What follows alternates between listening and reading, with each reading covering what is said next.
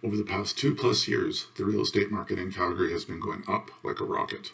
Now we've had 2 recent federal interest rate reductions, and we're coming off one of the slowest Augusts in recent memory. Has the Calgary real estate market peaked? Are we headed for a downturn? Let's see if we can answer some of those questions in today's video. Let's dive in.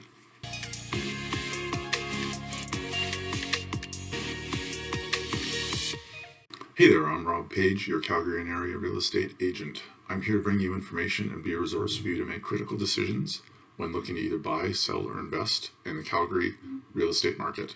Before going too far into this video, please like and subscribe if you find this content valuable. And if you're feeling really generous, feel free to leave a comment below. Now, with that out of the way, let's get into our September market update. All right, let's dive into what's happening in the Calgary and surrounding area real estate market this September. Things have been quite interesting with a lot of ups and downs that both buyers and sellers should be keeping an eye on. So keeping in mind that this is August data for our September update, let's see what's happened out there. For home sales, sales have slowed down a little bit with a 20% drop compared to August last year. It seems like the market is taking a little bit of a breather after a pretty busy period. Home sales are at 2,186. So next we've got inventory levels. Simply put, there are more homes on the market this year. Inventory has shot up by 37% from this time last year, though it's still not quite at the levels we usually see. As the data shows, we've got 4,487 units hanging out on the market right now. I would have to go back to August and September of 2022 to find similar inventory numbers. So that's interesting. But the critical statistic when talking about inventory is the number of new listings that come on each month. Now, I can go back in the published data and see that almost every month for the past number of years has more new listings than sales, with sales being approximately 80% of the new listings that come on each month. I guess the part that I want to stress now is that for the last 2 months, our sales to new listings ratio has been averaging around 65%. To be clear, that means both July and August, we gained a lot of inventory. Next, let's look at prices. Now, it feels a bit contradictory to what I just said, but the overall price for residential homes is holding steady. The average sale price for all residential homes in August was $609,000, giving us the year-to-date average that you see here of $603,372, which is up 12.3% from December. Prices took a tiny step back from June to July, but nothing too dramatic. All right, so data is great, but I like to look at graphs and trends. First, let's look at inventory under the lens of inventory absorption rate. The inventory absorption rate in real estate refers to the amount of time, usually measured in months, it takes to sell the current supply of homes that are on the market, given the current pace of sales. So you can also think of it as months of supply for a business if the homes are your inventory, which in this case, real estate market, they are. It's calculated by dividing the number of available homes by the number of homes sold per month. This metric helps assess whether a market favors buyers or sellers. Typically in Calgary, an absorption rate under 2.5 means it's a seller's market. Anything over 4.5 is a buyer's market. As you can see in this graph, for all of 2024, so far we've been holding under 2 for our absorption rate. So that to me means our seller's market is still holding pretty strong. Now let's look at the past 5 years of data plotted in this graph. So there's a lot to look at here, but I guess I'd like to point out 2 things. First, our absorption rate for 2024 has been lower than all of the past 5-6 years except for one, 2023. Second, it looks like we always have a bit of an uptrend in our May to August numbers, with a decline occurring historically from September to November. So maybe it's too soon to say there's been a shift in our market. Or maybe we can't answer that question completely yet. Let's see if we can get some confirmation from our home sales trend. Yes, looking at our current year data, it definitely looks as though sales have been slowing since May. Deeply concerning if this trend continues all the way to the end of the year. Scary stuff. But wait. This is actually normal when you look at the past year's data on the graph. In fact, our total sales in July and August are higher than every one of the past 5 years with only one exception. Again, 2023, the yellow line. Maybe things aren't so bad.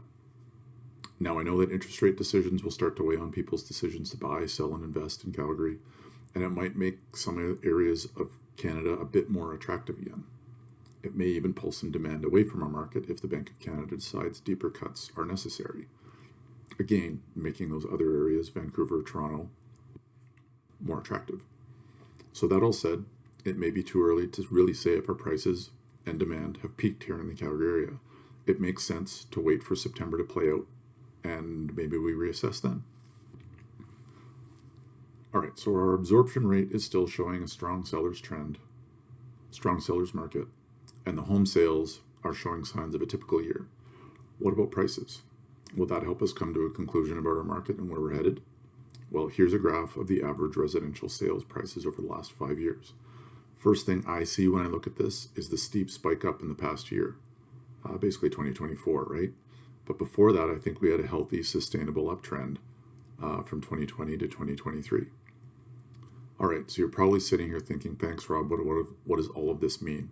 Well, adding this information to our other data, I wouldn't be surprised to see a bit of a pause with regard to price increases, but by no means would I suggest that we would be headed for a downturn. And now finally, I'll end the data analysis portion of the update with our average category prices here in the Greater Calgary area. I'm not going to read all of these out, but you can see some enormous increases across the board in terms of average price. Basically all well above, that 12% level year over year. Does it make sense that we might see some slight price retraction so these averages land more in the 9 to 10% price growth range by the end of the year? Seems like it would be healthy, but I don't make that decision. Only time will tell. All right, so we talked a lot about data and what's happened in the market, but let's change gears a little bit here and talk about some tips for navigating this market going forward. For buyers, I think you need to consider that there are more choices available. With more homes available, especially in the pricier segments, you've got some room to explore and maybe even snag a deal. Don't rush. Take your time to find a spot that really suits you and something that you really desire living in.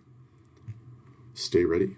Keep that mortgage pre-approval handy. Markets can shift quickly, and you'll want to be ready to jump on the right home when you find it. And then keep an open mind. With the market being a bit varied, some areas and some home types might offer better deals than others. Keep an open mind and look around. You might be surprised at what you find. For sellers, price smart. With the market cooling slightly, setting the price correctly and intelligently is crucial. You don't want to scare off potential buyers by aiming too high right out of the gate and reducing your demand right off the hop. You need expert marketing. Good photos and a solid online presence can really make your listing stand out. In a market with lots of options, you'll want your home to shine brighter than the rest. And negotiate wisely. Be ready to talk turkey. Buyers might try to negotiate more aggressively with more options available, so prepare for some back and forth to get a deal that works for everyone. But at the end of the day, you need to get what you want out of your home. So to summarize what I've just gone over, we have inventory levels that are rising, but our absorption rate still tells us we're in a seller's market. Our home sales are trending down, and we decided that that's seasonably normal. No surprises there. Our average price took a big jump in the last 6 to 8 months, and that's probably the most abnormal bit of data in all that I've mentioned. For that reason, the feeling I get when assessing all inputs is that the market really does seem to be giving off indicators that it wants to move towards a more balanced spot, at least for a short time. There's enough activity to keep things interesting, but we're also seeing signs that things are perhaps stabilizing. Again, time will tell. Biggest statement I can make in all of this is whether you're buying, selling, or looking to invest, working with a realtor and staying informed and flexible will help you make the most of the current conditions. And if you are looking for a realtor, well, look no further. I would love nothing more than to help you with your next move in the Calgary area. Feel free to reach out to me via email, phone, or text if you have any questions. My contact info is here, and I will also include it below. So that concludes my Calgary Real Estate Market update for September. As I said before, please like this video so I know it's of some benefit to you, and the YouTube algorithm will show it to others. Also, make sure you subscribe to my channel so you don't miss further content from me. I'm here to be a resource and an advisor for you, whether you are looking to buy, sell, or invest in the Calgary area. Take care, and I'll see you next time.